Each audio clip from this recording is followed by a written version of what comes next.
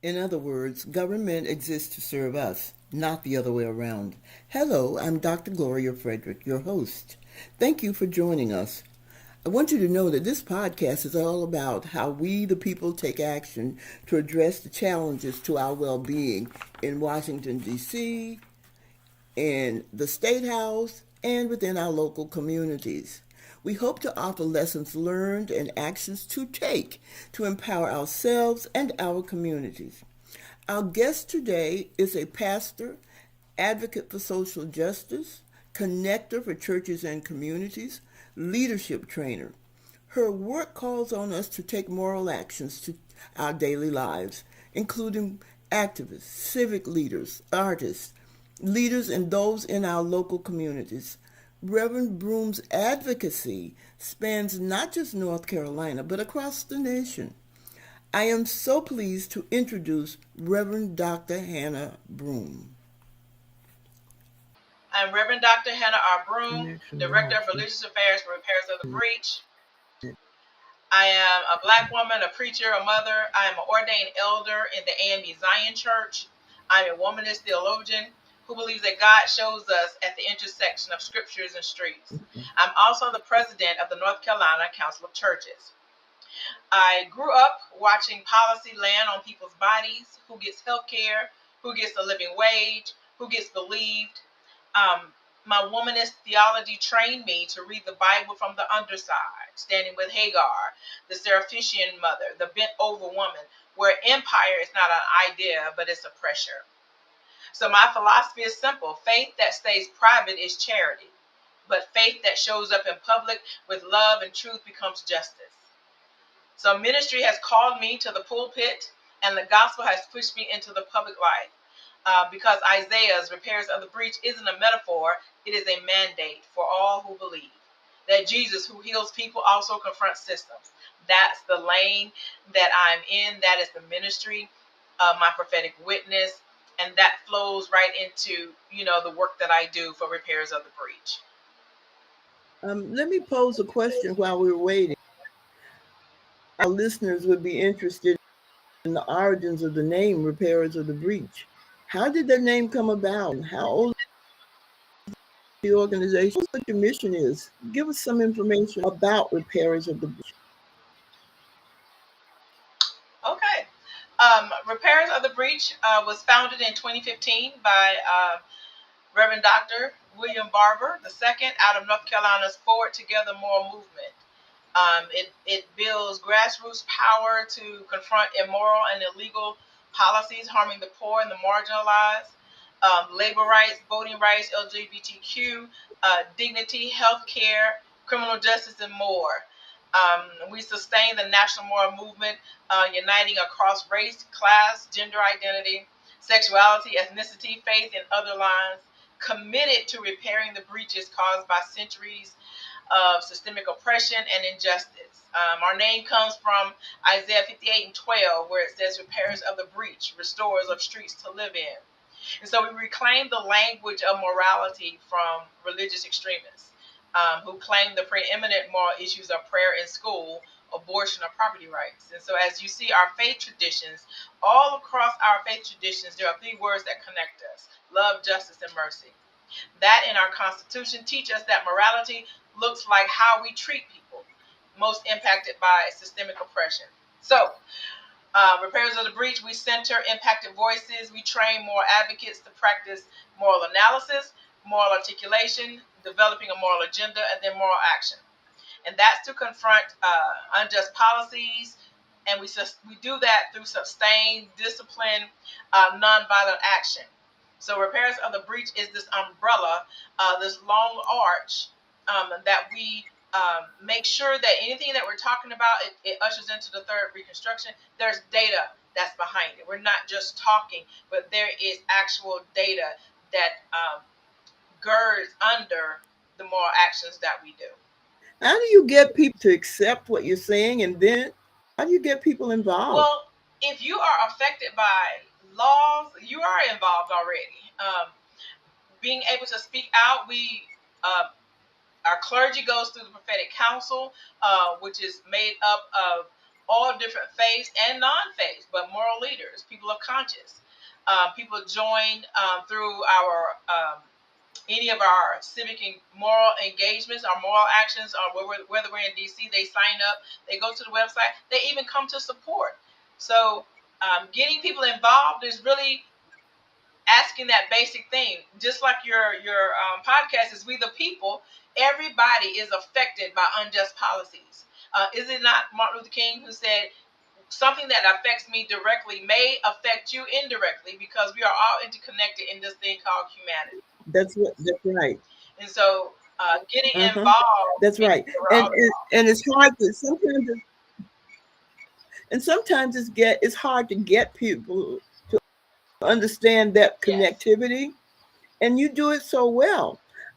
So I'm wondering, thing you do to help people try to understand the role of advocacy is one that it really empowers them. So it's not just you, it's the empowerment of themselves, of their families. How you do that? First, we tell them you're not the problem. The policy is. If insulin is unaffordable, that's a policy choice. If we have to work two jobs and can't pay rent, that's a policy again. The second thing is you have power. We map targets, not enemies. We who allocate budgets, who chairs the committee, who controls permits. Then we teach nonviolent strategy, clear demand, disciplined action, measurable. So it's the tool is to hurt, harmful policy, person with authority, nonviolent action, and then we follow up. That's the first thing that we really want to teach people. You are not the problem. Policy is. If people cannot afford health care, that is not their problem. That is a policy problem. Now, let me ask you this: how is it that you are able, so many people in Eastern North Carolina, which is what our reach coastal North Carolina? Do you have any special things you do there, or is it just that people are so receptive to what you say? You're able to reach them. So we reach them by having clergy to talk with them. We have organizers in particular areas. We did several tours of the South in certain areas, certain congregations, held um, advocacy training or policy training, and we went through from there. What has been a main thing is our Moral Mondays, where people come out and learn about the movement, learn about how to do nonviolent action, learn about what the policies are that are unjust. So we've done Moral Mondays has been a anchor for repairs of the breach. We're continuing to have Moral Mondays, continuing to bring things to light. This budget, this big ugly, deadly, destructive bill that was passed. We keep bringing it up. We don't want it to be hid uh, under headlines. We really want to keep bringing it up, bringing it to the senators' offices and that sign for this bill that is harming and could potentially kill people because of lack of health care, lack of food. Also bringing it to the forefront those that the suppression vote, those oppressive practices that they're having. So that's how people begin to learn about it. They come to the Moral Mondays that we hold in front of the senators' offices. Are there specific places that you congregate and that people know that you're congregating so they go to? Yes. So we make sure nationally that we're our target is and our focus. Target seems violent. Our focus is the senators' offices, the senators who sign for this bill. So our target is the senators' offices. We bring caskets, we bring data, and we bring impact to people that are dealing with these budgets, where there are workers who are not don't have a living wage. There are rural hospital workers that their hospital is going to be closed because of lack of expansion of Medicare, so Medicaid. So we bring those voices to the senator's office. Any other places like the General Assembly is another place where we have brought caskets to show the depth of these policies. It is policy violence when you are cutting SNAP. It's policy violence when you're cutting Medicaid, which is a lifeline for people. And so we bring those, we make it nationally these Moral Mondays. It's going to be the fourth Monday of every month, and we're going to do it until, sometimes it may be the second, but we're going to continue doing it, bringing it to our senator's office and to halls of power to let them know that we are not going to be silent and we're not going to go into the good night. So that's how people can know.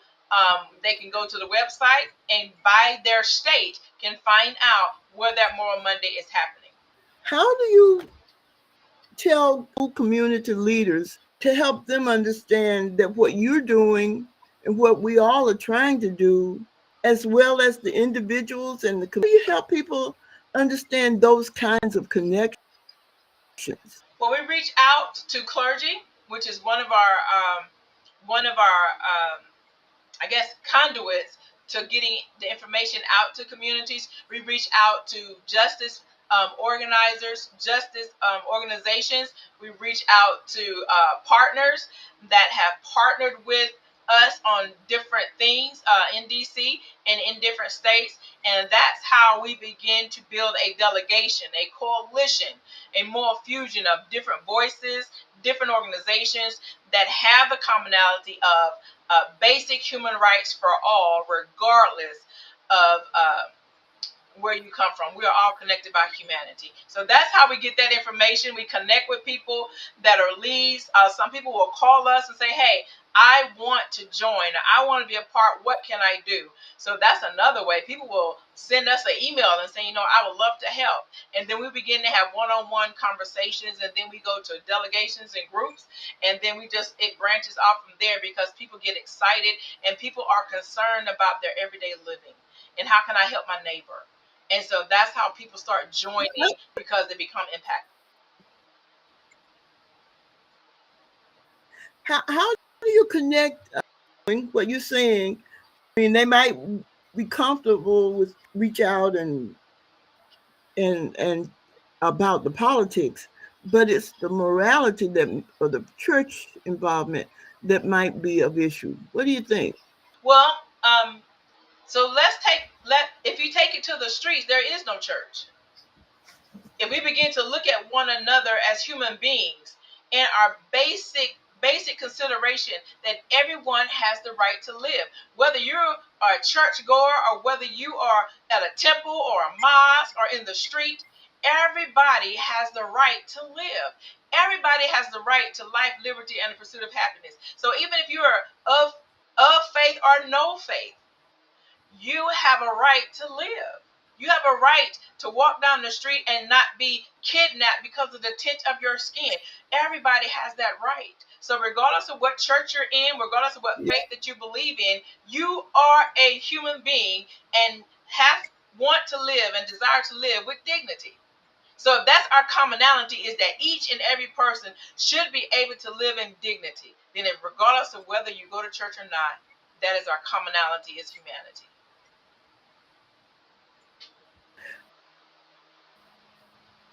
Dr. Broome, could you give your best elevator pitch on how you change the lives of marginalized individuals?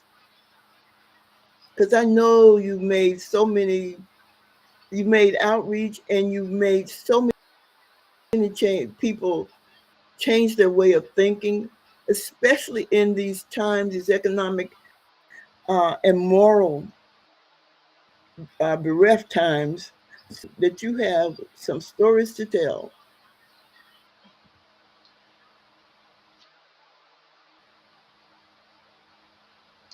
So How do we make that? We morally uplift, we lift people's dignity with their testimonies. We lift people's dignity with their impact stories. And it's more than numbers on a page. We attach that number, that budget item to a face. When you're cutting SNAP, then you're starving children. You're starving senior citizens. You're starving people already trying to work 3 and 4 jobs. So we put a face to the policy that you're trying to pass. And so lifting up those impact stories, having that moral voice, having those partnered organizations to stand in solidarity, that's what lifts up the 145 million that are poor and low wage. That's what lifts up the almost over Yep. 100,000. I mean, 700 something thousand that are just in the state of North Carolina that are part of receiving SNAP and Medicaid.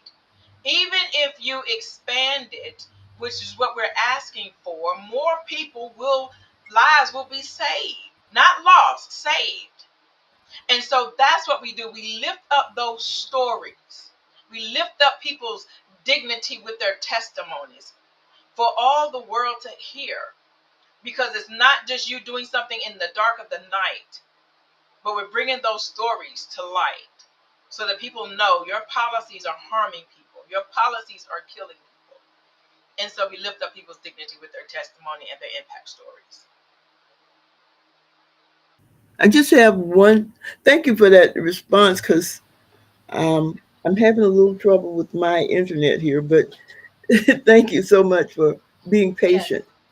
Let me ask you one final question, and it has to do with our times. When we first started this conversation, we were shut down. And I wanted to ask you, gives you concern about the times that we are experiencing now? Hope. What gives me hope is when I hear a mother tell her story that changes my perspective about Medicaid being a lifeline for her daughter. Had it not been for Medicaid, her daughter would be dead. Hearing the stories of a young man that had it not been for SNAP, he would never have made it into college. To hear the stories of a worker that if they just get a living wage, would have more time to be able to be with their families instead of working 2 and 3 jobs for the basic necessities. Hearing their stories of the immigrant mother who's so afraid to even take her child to school for fear that that child will be taken from them and they will be taken away from a life that they're just trying to live. That's what gives me uh, the strength to keep fighting. It gives me the hope that there'll be one day where a mother doesn't have to worry about how to feed my child versus medication. That there'll be a world where my grandchildren will not have to worry about being segregated into a school with lack of access to education. That even we'll stop fighting the right to vote as if we have to validate living. That's what continues to give me hope is that there'll be a kinder world tomorrow if I fight hard today. There'll be a more loving world tomorrow if I fight hard for it today. And so that's what fuels me because I've seen the change. I've seen where consistent, intentional, strategic um, voting has occurred, organizing has occurred, that has changed. That has changed this world. We would not even have the rights that they're trying to take away from us now had it not been for consistent, strategic, intentional, and focused moral action. From the pulpit to the public square, there was an intentional action of all people, not just a certain sector, but all people got together and said everybody has the right to live. That's what keeps me going. That there can be change. There will be change. I have been so inspired today, and I hope you have been too. Reverend Dr. Broome has just laid the tracks for us to follow. And I am so appreciative that she has been a guest, but she's also someone who's approachable. And you will hear from us and her um, to keep this conversation going. And so I want to thank her so much for being my guest. Thank you. So I want to give a shout out to our podcast team. Diane Tyndall, Wilson, Gloria Gibson, Goodwin, Molly Haldeman, and especially Tamika Robinson, and my husband James, who is all things tech. So until we meet again, I am so pleased and honored to have had you as listeners for Voices of We the People, a podcast for coastal North Carolina. Tune in next time. Thank you so much, and God bless. Okay, how do I? Okay. Uh, Dr. Broome, are you still there? Thank Yes. you. Okay, thank you so much for being on with us and assisting us and being patient Absolutely. I with the hope y'all got some internet. good cuts. I hope you can cut it out and Oh make it yeah, do what it do. I'll take care of it in the post production. It's fine. It's no problem. Okay. No, thank y'all for inviting me and being a part of this I, amazing I just podcast. I really thank you for. I want to echo what Tamika said. I am blown away by your patience and your kindness and your inspiration. That's the important thing doing. Inspiring people, learning less.